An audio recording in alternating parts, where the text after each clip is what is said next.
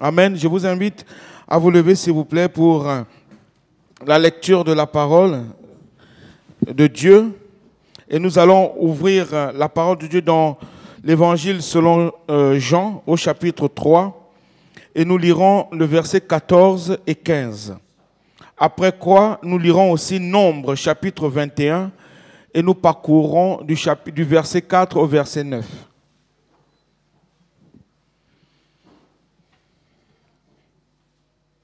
Jean chapitre 3, versets 14 et 15.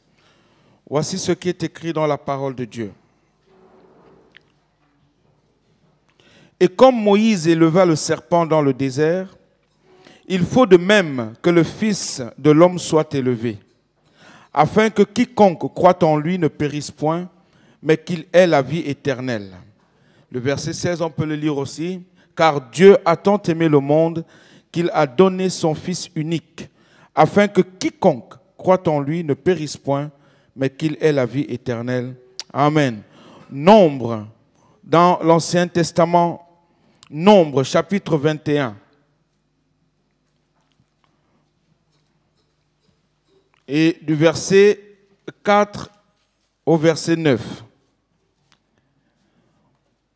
Voici ce qui est écrit dans la parole de Dieu. Ils partirent de la montagne de Hor. On parle ici des Israélites, du peuple d'Israël, qui quitte donc la montagne de Hor par le chemin de la mer Rouge pour tourner le pays d'Édom. Nombre chapitre 21, verset 4. Le peuple s'impatienta en route et parla contre Dieu et contre Moïse. Pourquoi nous avez-vous fait monter hors d'Égypte pour que nous mourions dans le désert? Car il n'y a point de pain et il n'y a point d'eau. Et notre âme est dégoûtée de cette misérable nourriture. Notre âme est dégoûtée de cette misérable nourriture. Alors l'Éternel envoya contre le peuple des serpents brûlants. Ils mordirent le peuple et il mourut beaucoup de gens en Israël. Le peuple vint à Moïse et dit, nous avons péché car nous avons parlé contre l'Éternel et contre toi. Prie l'Éternel afin qu'il éloigne de nous ces serpents. Moïse pria pour le peuple. L'Éternel dit à Moïse, fais-toi un serpent brûlant et place-le sur une perche. Quiconque aura été mordu et le regardera conservera la vie. Moïse fit un serpent d'airain et le plaça sur une perche. Et quiconque avait été mordu par un serpent et regardait le serpent d'airain conservait la vie. Amen. Seigneur, merci pour ta parole. Permets qu'elle ait de l'impact dans nos cœurs encore cet après-midi.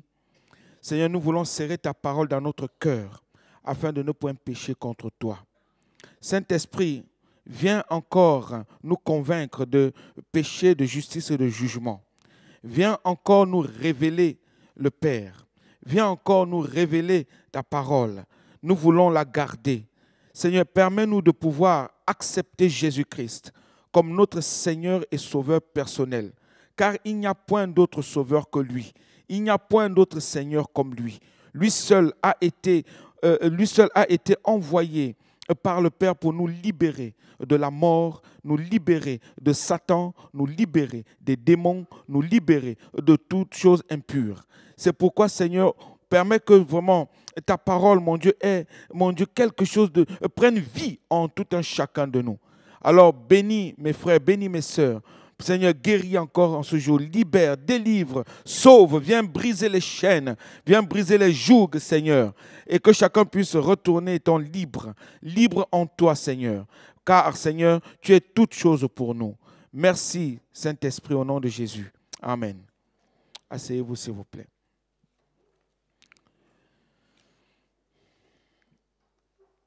Dieu traite le mal par le mal. Dieu avait promis aux Israélites la terre de Canaan, terre fertile, abondante en oliviers et en vignes, et découlant de lait et de miel. Pour s'y rendre, ils devaient traverser un aride désert, et quoique Dieu satisfit à leurs besoins pendant leur voyage, ils murmurèrent contre lui et allèrent jusqu'à mépriser les bénédictions qu'il les donnait. Et pour les punir leur ingratitude, il les a envoyés des serpents brûlants qui les mordirent et les tuèrent. Un grand nombre en mourut. Voyant et vivant cela, ils se repentirent et confessèrent le péché qu'ils avaient commis en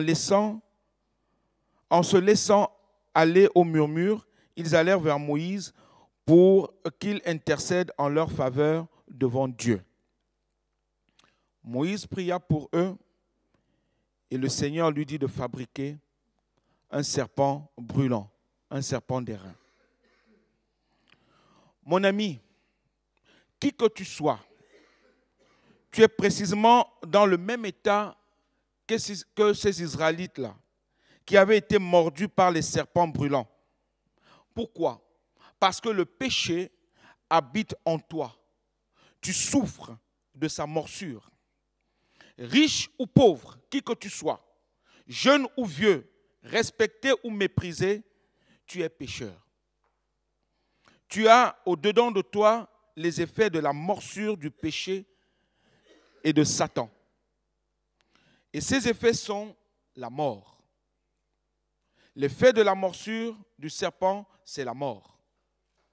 Qui que tu sois. Autant tu te rebiffes, autant tu essaies de ne pas suivre ton Dieu, autant tu t'éloignes de ton Dieu, autant tu murmures contre ton Dieu, autant cette morsure ne fait que s'accentuer dans ta vie et ne peut que t'amener à la mort. Le poison opère dans ton cœur, qui, comme le dit la parole de Dieu, est désespérément malin. Il était impossible de te guérir toi-même. Il n'est pas possible à un homme de pouvoir se guérir soi-même, c'est impossible. Tu ne peux de quelque manière que ce soit éviter la mort, qui est la conséquence du péché qui habite en toi. Toute la science des hommes ne peut éloigner le péché de toi. Et même si tu es le plus riche du monde, ou même si tu es le plus pauvre du monde, tu ne pourras le tenir loin de ta propre vie. La Bible déclare dans Romains chapitre 3, au verset 23, il dit « Tous ont péché et sont privés de la gloire de Dieu ». Le monde entier a péché devant Dieu. Ne regardons pas seulement la vie de ces Israélites qui murmurèrent contre Dieu ici, parce qu'ils ont passé quelque temps à tourner en rond et à un moment donné, ils pensaient dans leur tête que Dieu les avait oubliés et que Dieu essayait de les humilier. Ne croyons pas que nous sommes meilleurs qu'eux. Le péché est ancré dans le cœur et dans la vie de tout un chacun. Mais la Bible nous dit dans Romains 3, 23 que tous ont péché et sont privés de la gloire de Dieu. Tel est donc ton état aujourd'hui. Le poison du péché opère en toi, dans le silence peut-être et en secret, mais continuellement avec efficace, et l'effet de cette opération, c'est la mort.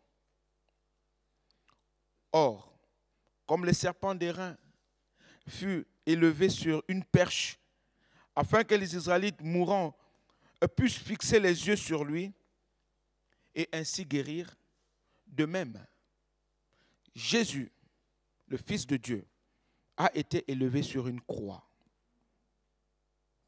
afin que ton péché et que tout pécheur qui croit en lui ait la vie éternelle. Nous l'avons lu. Dieu a tant aimé le monde. Dieu a tant aimé ces Israélites-là. Il aurait pu les tuer tous. Mais il a dit, afin que mon nom continue à être encore plus grand, Moïse, fabrique-toi, ne serait-ce que ce serpent brûlant, ce serpent d'airain, et tu verras de grandes choses se faire. La guérison sera là, la délivrance sera là, et la mort disparaîtra.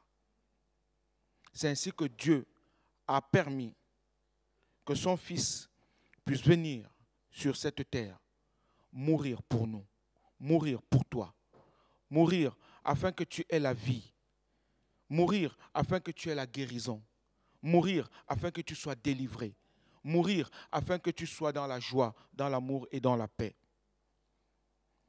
Ces personnes n'avaient autre chose à faire qu'à regarder le serpent d'airain. Et toi, tu n'as qu'à croire. Rien que ça. Dieu ne te demande que de croire.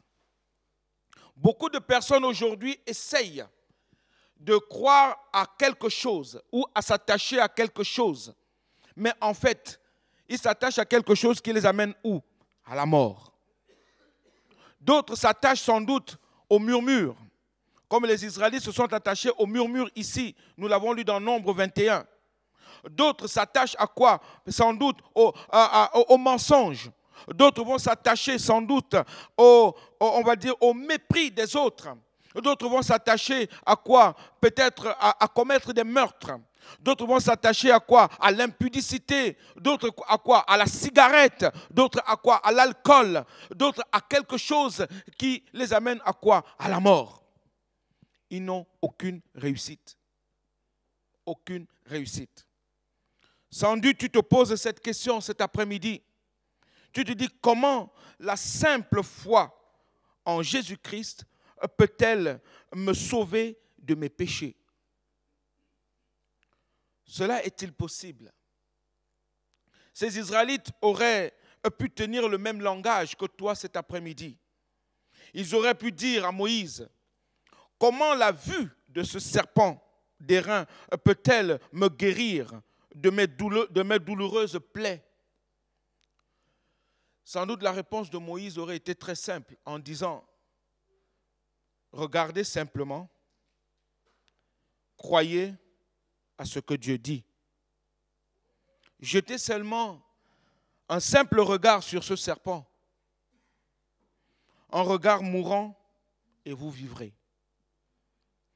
Ah, si vous sentez les douleurs de ce venin qui coule dans vos veines, vous savez, des fois, quand nous avons une plaie qui nous fait si mal, ou quelque chose qui nous fait si mal, nous ressentons souvent des douleurs, et nous nous posons souvent des questions, bien nous crions souvent tellement fort. Ah, qui me libérera de ce mal? Ah, qui viendra me sauver de cette douleur? Ah, qui viendra ôter cette épine qui me fait si mal? Et nous oublions souvent une chose, c'est que Dieu a dit, regarde à moi, crois seulement et tu verras de grandes choses s'accomplir. Moïse a pu dire, si vous connaissez les terribles agonies de la mort, qui est la suite de cette affreuse morsure, vous cesserez de raisonner. Vous croirez que ce que je vous dis est vrai, même parce que vous désirez qu'il en soit ainsi, parce que vous voudrez être sauvés. C'est ainsi qu'aurait parlé Moïse. Et c'est de cette manière aussi, cet après-midi, que je voudrais vous répondre. Croyez seulement ce que Dieu dit. Croyez seulement ce que Dieu dit. Croyez seulement ce que Dieu dit. Celui qui croit au Fils a la vie éternelle. C'est tout. Celui qui croit au Fils a la vie éternelle. Jean chapitre 3, verset 36. Vous périssez et Dieu vous présente le remède. Tu es en train de mourir. La maladie est en train de te ronger. Mais Dieu te donne le remède. Crois au Fils. Crois au Fils. Les Israélites étaient mourants. Les Israélites n'en pouvaient plus. Il mourait à cause de serpents que Dieu lui-même a envoyés. Et il mourait et il crie à Moïse. Moïse, comment faire? Nous avons péché sans doute.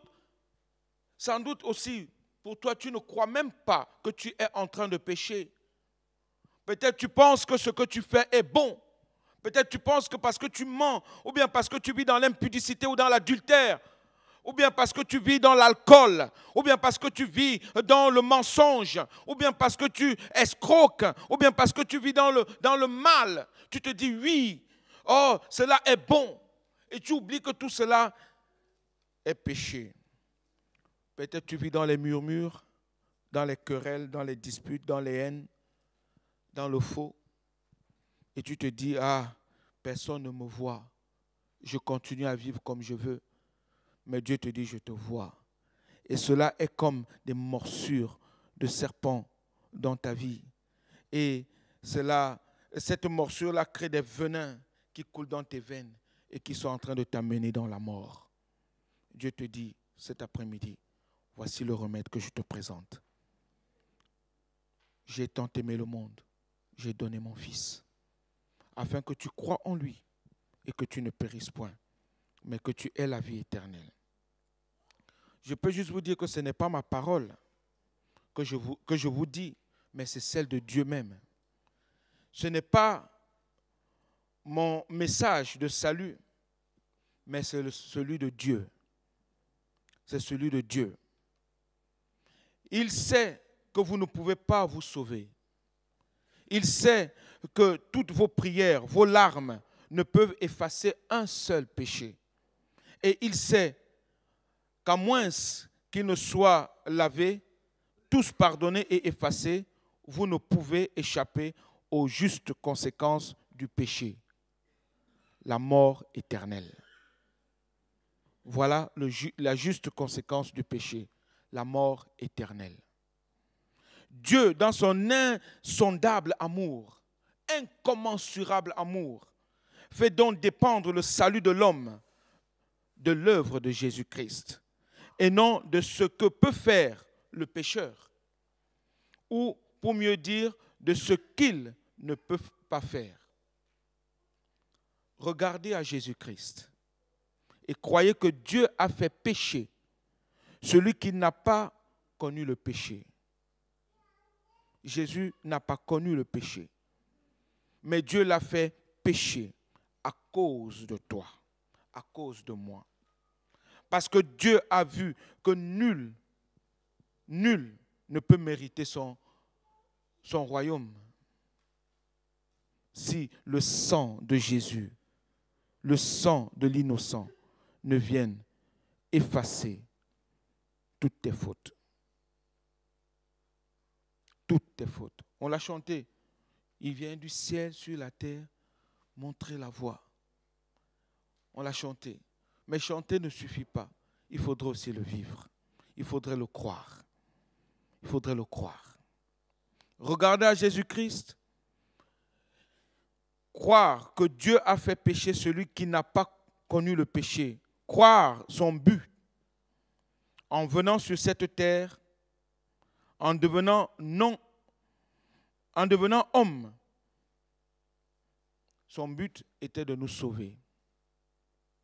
Était de sauver quiconque est pécheur et croit en lui. Et le motif pour lequel il souffrit la croix était de glorifier Dieu son Père en portant le péché et son affreux châtiment pour le salut du pécheur. Aujourd'hui, il faut que tu jettes sur lui le regard de la foi et tu seras sauvé. Comme le dit Actes chapitre 4, verset 12. Il n'y a de salut en aucun autre, car aucun autre nom ne nous a été donné par lequel nous sommes sauvés. Le nom de Jésus-Christ. Le nom de Jésus. Il n'y a de salut en aucun autre. Plusieurs courent après d'autres noms. On peut les connaître. Il y a Bouddha, Confucius, ou Mohammed, ou tout ce qu'on veut. D'autres courent après d'autres noms comme l'argent. D'autres courent après les Illuminati. D'autres courent après tout ce qu'on veut. Mais est-ce que toutes ces choses-là ont accepté de mourir pour toi? Est-ce qu'ils ont accepté de porter ton opprobre? Est-ce qu'ils ont accepté de devenir malédiction à cause de toi? Un seul l'a fait, Jésus-Christ, le Fils de Dieu. D'autres courent après les hommes, pensant trouver la joie auprès des hommes. D'autres courent après les femmes, croyant trouver la joie, l'amour, un peu d'amour, un peu de tendresse envers des femmes. Mais c'est que des larmes tous les jours. C'est que la honte tous les jours. C'est le désespoir tous les jours. Parce que tu ne t'appuies pas sur celui qui est le chemin, la vérité et la vie, Jésus-Christ. C'est ça que Dieu est venu nous donner. Il est le seul qui est capable de nous libérer de ces serpents qui te mordent tous les jours. Il est le seul en qui tu dois jeter ton regard cet après-midi et croire qu'en le regardant, en venant à lui tel que tu es, ces Hébreux n'avaient pas besoin de se battre ou bien de courir après un homme pour essayer de voir le salut ou bien d'être sauvés. Ils n'avaient juste que le temps de jeter un petit regard. Ils étaient sauvés. Et cet après-midi, tu as juste le temps, juste un petit temps, de croire. Croire en Jésus-Christ et tu es sauvé. Amen. Ceux qui avaient été mordus par les serpents, il suffisait seulement qu'ils croient les paroles de Moïse. Les yeux déjà ternis par les approches de la mort, à peine respirant encore, ils jetaient un regard sur le serpent et cela suffisait. Ils se levaient vivants, un nouvel homme, pour ainsi dire. Le venin du serpent brûlant perdait sa force. Le péché perd sa force. Lorsque tu jettes ton regard vers celui qui est le Sauveur, Jésus-Christ. Et celui qui, un moment auparavant, était sur le point de mourir, recouvrait instantanément la vigueur et la santé, capable de combattre les combats du Seigneur. Il en sera de même de toi si tu jettes sur Jésus-Christ un simple regard de foi, mettant en lui et dans ce qu'il a fait pour ton âme une pleine confiance. Une pleine confiance, comme celle d'un petit enfant. Si vous croyez le témoignage de Dieu au sujet de son Fils, vous êtes éternellement rachetés et éternellement sauvés. Il n'y a plus pour vous aucune condamnation. Non, mais la vie, la joie, la paix, la gloire seront votre partage. Romains chapitre 8, verset 1 nous le dit. Il n'y a plus de condamnation pour ceux qui sont dans Jésus-Christ. Aucune condamnation. Mais c'est étonnant que tu es dans l'église depuis des années ou des mois ou voire des jours, mais ta confiance en ton Dieu n'existe pas encore. Tu n'as pas réellement confiance que ton Dieu est capable. Ton Dieu est capable de faire des merveilles pour toi dans ta vie. Tu ne crois pas encore que ton Dieu est capable de te libérer de toutes sortes de situations. Tu ne crois pas que ton Dieu est capable de t'accorder ce que ton cœur désire. Le peuple mourait ici, les Israélites étaient en train de mourir. Imaginez un simple serpent. On dit un serpent d'airain, il est juste accroché, on dit regarde-le et tu vivras. J'imagine ces gens, ils devaient se moquer, certains devaient se moquer de Moïse. Ah Moïse, tu nous fabriques un serpent. Regarde, nous sommes déjà en train de mourir par d'autres là qui sont réellement vivants. Mais lui que tu mets là sur la perche, c'est juste un serpent d'airain, Moïse. Comment tu peux nous dire d'aller le regarder? Qu'est-ce que cela va nous rapporter? Et Moïse, il pouvait dire, mais mon ami, c'est la seule solution. C'est la seule solution pour que tu vives. Et à ce moment-là, qu'est-ce qui se passe? Celui qui est mordu, peut-être c'est ton fils qui est mordu, peut-être c'est ta femme, peut-être c'est ton mari, peut-être c'est ta fille, peut-être c'est ton frère qui est mordu, ta soeur qui est mordue. Et tu essaies de trouver des solutions de gauche à droite, prenant des baumes, des pommades, de ceci et de cela, courant de gauche à droite. Fuera, zéro, aucune solution. Moïse te dit, la seule solution, le serpent d'airain. Le serpent d'airain. De la même manière, tu cours de gauche à droite. Pourtant, tu es dans l'église. Tu cherches des solutions.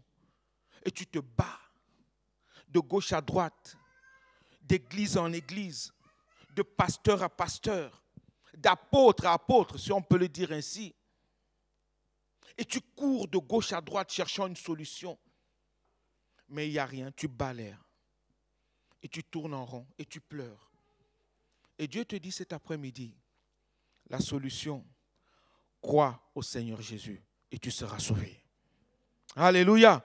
Il n'y a point d'autre Dieu, il n'y a point d'autre solution. Voilà l'unique solution que Dieu a donnée aux humains, au monde entier. Quelle que soit la religion,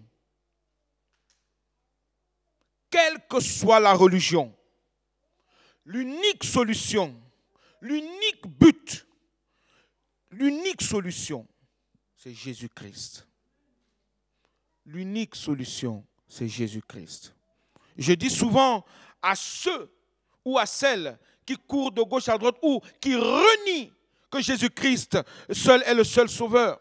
Je leur dis toujours, mes amis, Dieu est tellement saint, tellement pur, tellement propre qu'aucun homme ne peut atteindre Dieu ainsi, comme il est, étant sale. Il a fallu que Jésus-Christ vienne pour nous ôter cette saleté en nous, pour que nous puissions atteindre, pour que nos prières puissent atteindre notre Père. Sinon, c'est impossible. Aucune saleté ne peut toucher Dieu. Quand Dieu nous regarde sans Jésus-Christ, on est sale, on est impur. Dieu ne peut même pas nous regarder. Il se détourne de nous. Quelle est la prière que Dieu va écouter si tu es sale, si tu es impur? Quelle prière Dieu peut écouter? Tu es sale, tu es impur, il ne t'écoute pas. La seule chose que Dieu va regarder, c'est le sacrifice de son Fils sur la croix pour toi. C'est tout. Il n'y a point d'autre solution. Tu peux courir de religion en religion, tu cours de gauche à droite, la solution est là. De la Genèse à l'Apocalypse, on ne parle que d'une seule solution, Jésus-Christ.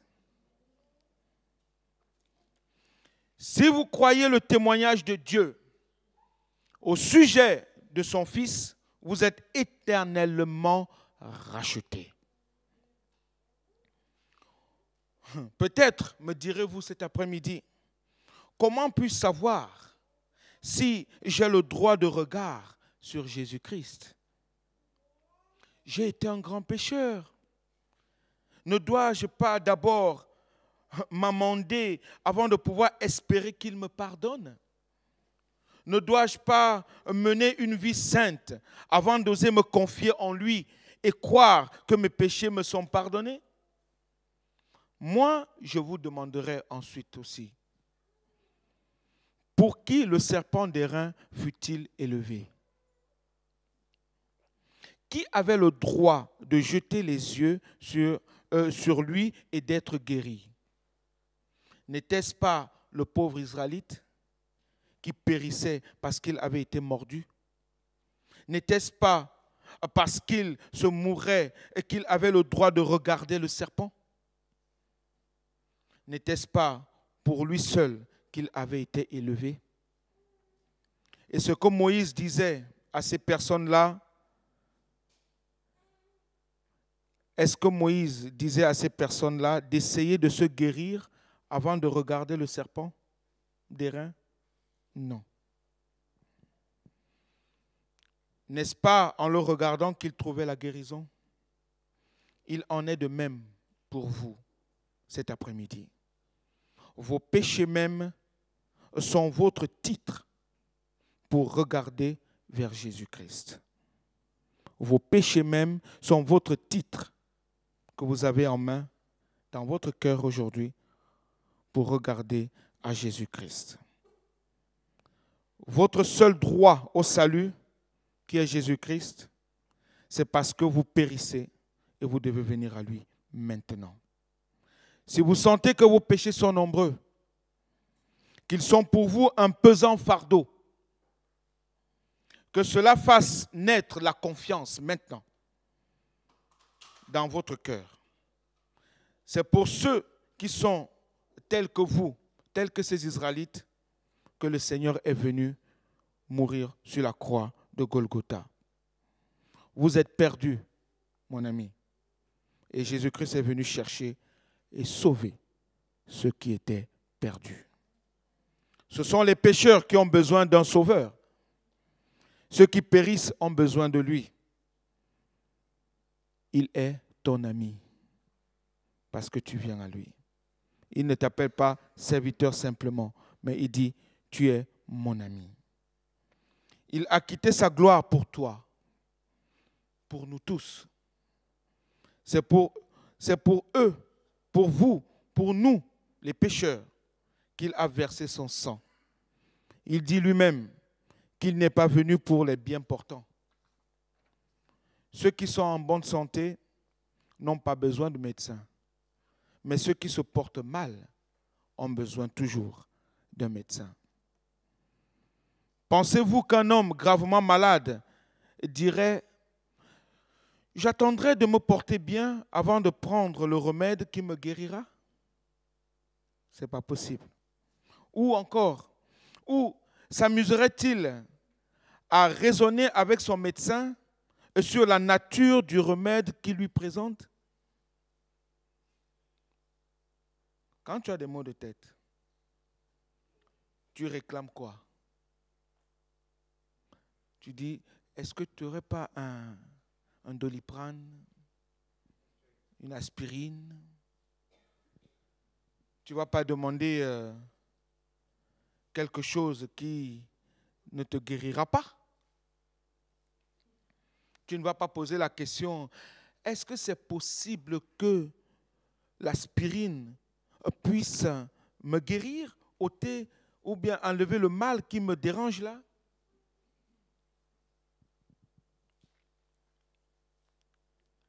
Non. Mais tu le saisiras avec empressement, ce médicament, et tu le boiras tellement vite. Parce que tu veux guérir, tu veux à tout prix que le mal s'estompe. Jusqu'à la dernière goutte. Et si on lui assure que cela lui sera salutaire, il espérerait et aurait confiance au remède. Désirant ardemment d'être soulagé, il rejetterait ses doutes et saisirait avidement ce qui lui donnerait l'espoir d'être guéri. Je vous donne un témoignage. Il y a une dame, sa mère est morte de cancer. Sa sœur est morte de cancer. Et elle, dans sa tête, elle s'est dit, j'ai un cancer. Un jour, elle a un cancer de sein. Un jour, elle a un peu mal au sein. Elle s'en va vers le médecin. Elle dit au médecin, j'ai un peu mal en bas. Ça me fait mal, docteur. Le médecin, donc, essaie de regarder si elle a le cancer. Il dit, madame, vous n'avez pas de cancer. Elle dit, non. Je suis sûr et certain que j'ai le cancer. Ah. Le médecin dit, non, madame. Il dit, moi, je suis sûr parce que ma mère est morte de cancer, ma soeur est morte de cancer. C'est sûr et certain, moi aussi, j'ai le cancer. Le médecin dit, bon, écoutez, madame, elle est partie. Revenez dans 3 jours. 3 jours plus tard, elle revient vers le médecin. Elle dit, vous voyez, je vous avais dit, j'ai tellement mal. Le médecin dit, madame, ok, on va essayer de vous examiner. Donc le médecin essaie de faire un peu comme si réellement elle a le cancer. Il passe la femme au scanner et tout. Et la femme dit, ah, je vous l'avais dit. Vous me passez au scanner, là, ça veut dire que vous comprenez ce que je vous dis. Hein? Vous voyez, monsieur mon médecin. Le médecin dit, d'accord. Il passe la femme au scanner et tout. Il dit, écoutez, on va vous opérer. D'accord? Oui. Une semaine après, elle revient pour l'opération. Le médecin dit, comment je vais faire? Il endort la femme. Il endort la femme. Et il fait une petite incision comme si il y avait quelque chose. Il fait une petite incision. Il recouvre vite fait. Et la femme se réveille, étant tellement soulagée, dit, ah, docteur, je vous l'avais dit. Vous voyez? Vous m'avez même fait, regardez, vous m'avez opéré. Je vous avais dit que moi aussi, j'avais le cancer. Vous voyez un peu comment les gens sont envers notre grand médecin. Dieu te dit, moi je t'ai sauvé déjà. Ce n'est pas parce que tel ou tel est comme ça que tu crois que toi aussi tu es comme ça. Moi je t'ai libéré. Tu m'appartiens. Alléluia. Nous avons un sauveur. Nous avons quelqu'un qui nous donne, si nous avons confiance en lui, il est le seul à pouvoir nous libérer de toutes sortes de problèmes. Mais tellement nous sommes inquiets comme cette femme que nous croyons que nous sommes toujours liés par ces choses-là. Dieu te dit, aie confiance en moi. Est-ce que tu as confiance en Dieu? Est-ce que nous avons confiance en notre Dieu? Ainsi, si vous désirez être sauvé, si vous sentez que vous périssez, ne perdez pas le temps. Ne raisonnez pas ou à chercher à vous rendre meilleur, mais prenez le remède efficace, le parfait remède. Croyez. Croyez. Confiez-vous dans l'œuvre de Jésus-Christ. Son sang précieux purifie tout péché. Son sang précieux purifie tout péché. Et le salut est gratuit, gratuitement offert. Il n'a pas besoin que tu viennes avec des milliards pour que tu sois sauvé. Il n'a pas besoin que tu viennes avec je ne sais quoi pour que tu sois sauvé. Il dit, tel que tu es, viens à moi. Tel que tu es cet après-midi, viens à Jésus-Christ.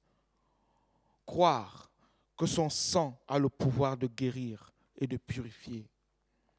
Croire que son sang a été versé et offert à Dieu comme sacrifice pour les péchés pour toujours. Hébreux chapitre 9, verset 26 à 28 nous parle de cela, de ce sacrifice merveilleux de Jésus-Christ pour nous. Hébreux 10, verset 12 aussi, nous parle de cela. Et je peux juste terminer en disant, tout est accompli. Vous êtes sauvés. Car Dieu t'a tant aimé qu'il a donné son Fils bien-aimé Jésus-Christ, afin que quiconque croit en lui ne périsse point, mais qu'il ait la vie éternelle. Alors ne doute plus. Ce n'est pas la peine d'aller chercher un secours à 10 lieues d'ici ou à 10 000 lieues d'ici. Le véritable secours se trouve là-dedans. La Bible nous dit que Jésus-Christ est la parole de Dieu. La parole qui s'est faite chair et qui a vécu au milieu de nous, pleine de grâce et de bonté. Et elle nous a donné le pouvoir de devenir enfants de Dieu. Cet après-midi, n'endurcis pas ton cœur. Si c'est le moment où Dieu t'appelle, moi je le crois que c'est le moment où Dieu t'appelle. Si réellement tu as cru que personne ne pouvait te sauver ou bien personne ne pouvait t'aimer, sache que Dieu t'aime. Dieu t'aime, il est prêt à te libérer, à te sauver et à t'apporter la joie dont tu désires. Prions le Seigneur.